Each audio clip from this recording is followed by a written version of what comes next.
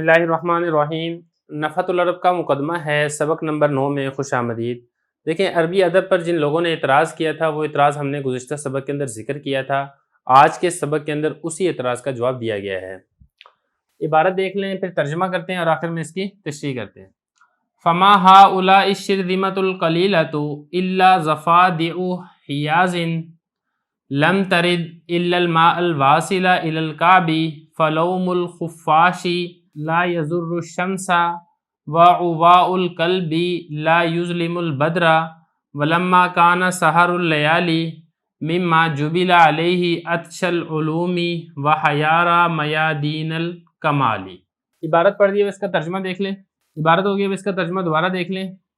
ये कलील जमात नहीं है सिवाय तालाब के मेंढक के, जो नहीं आता मगर उतने पानी तक जो कि टखनों तक पहुंचता है। सो चमगादड़ का मलामत करना सूरज को नुकसान नहीं पहुंचाता और कुत्ते का भौंकना चांद को तारीक नहीं करता, और जब रातों का जागना ऐसी चीज़ है कि पैदा किए गए हैं इस पर उलूम के प्यासे और कमाल के मैदानों में सरगर्दा फिरने वाले। इसकी लोगों सर्फी तहकीक देख लें। पहला लफ्ज़ है शिरज़िमा। ये जो शिरज़िमा है ये वाहिद है, इसकी जमा आती है शराज़िम। इसका तर्जुमा है मुख्तसर जमात। कलीला वही है, कलील मुख्तसर जमात। आगे है ज़फ़ादी। ये जो ज़फ़ादी है ये जमा है, वाहिद इसकी आती है ज़िफ़दा, और ज़िफ़दा कहते हैं अरबी में मेंढक को। उसके बाद आगे है हियाज़। ये जो हियाज़ है ये होज़ की जमा है, तालाब को कहा जाता है। और लम तरिद वारदा यारिदु वुरूदन, बाब इसका ज़रबा यज़रिबु है, इसका माना होता है पानी में उतरना या पानी के पास आना। वासिल वसला यासिलु, इसका मतलब होता है पहुंचना, बाब ज़रबा है इसका। और काब, काब ये टखने को कहा जाता है, यानी पाँव की वो उभरी हुई हड्डी। उसके बाद आगे देखें, अगला लफ्ज़ है खुफ़ाश। खुफ़ाश ये वाहिद है, इसकी जमा आती है खफाफीश, चमगादड़ को कहा जाता है। ज़र्रा यज़ुरु नुकसान पहुंचाना, शम्स सूरज को कहा जाता है। अगला लफ्ज़ है उवा। देखिए जो उवा है, अवा या अवी उवाअन, बाब ज़रबा यज़रिबु है। उवाउल कल्ब कहते हैं कुत्ते के भौंकने को। और अज़लम युज़लिमु, इसका मतलब होता है तारीक करना। बद्र, इसके बारे में पहले तफसील से वजाहत गुजर चुकी है, चांद को कहते हैं। वलम्मा काना सहरुल लयाली, इसको देख ले, साहिरा यसहारु, बाब इसका समिया यसमाउ है, इसका मतलब होता है रातों को बेदार होना। उसके बाद आगे देखें जुबिला। ये जो जुबिला है ये वाहिद मुज़क्कर गायब फेल माजी मजहूल का सीगा है। जाबला यजबिलु भी आता है, ज़रबा यज़रिबु, और जाबला यजुबुलु भी आता है।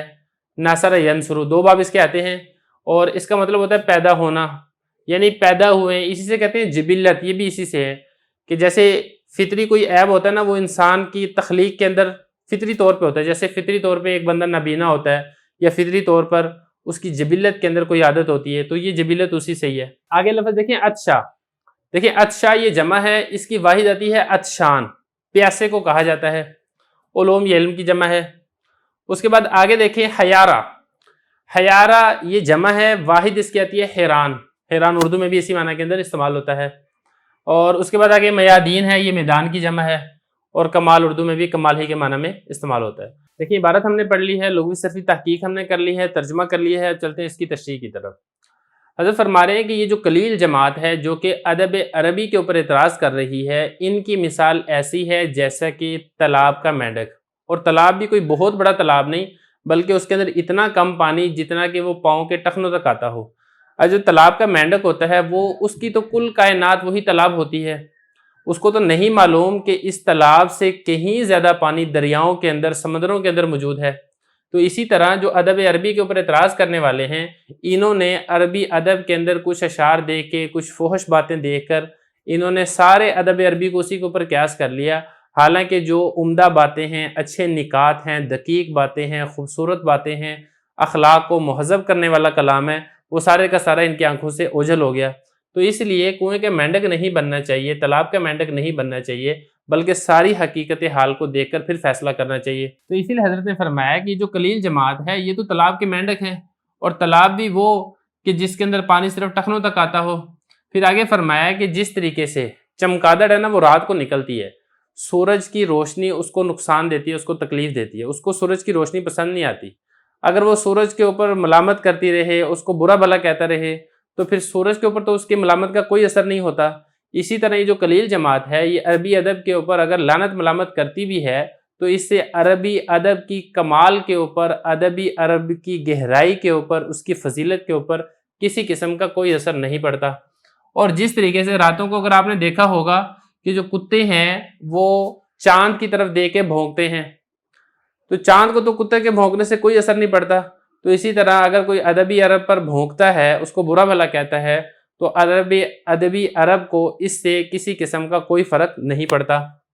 یہاں تک تو بات ہی ان کے اعتراض کی. آگے حضرت فرما رہے ہیں کہ یہ ایک کتاب جو میں نے لکھی ہے، اس کتاب کے لکھنے کے لیے مجھے راتوں کو جاگنا پڑا ہے. اور راتوں کو جاگنا یہ ایک ایسی چیز ہے جو علوم کے پیاسے ہیں وہ راتوں کو جاگا کرتے ہیں، محنت کرتے ہیں. اور اسی طرح جو کمال کے میدانوں میں یعنی فضیلت و کمال حاصل کرنا چاہتے ہیں وہ بھی راتوں کو جا کر محنت کرتے ہیں. اسی وجہ سے میں نے بھی راتوں کو جا کر محنت کی ہے اور یہ والی کتاب لکھی ہے. باقی جو حضرت نے آگے تذکرہ کیا ہے کتاب کے لکھنے کا، وہ انشاءاللہ ہم اگلے سبق کے اندر پڑھیں گے.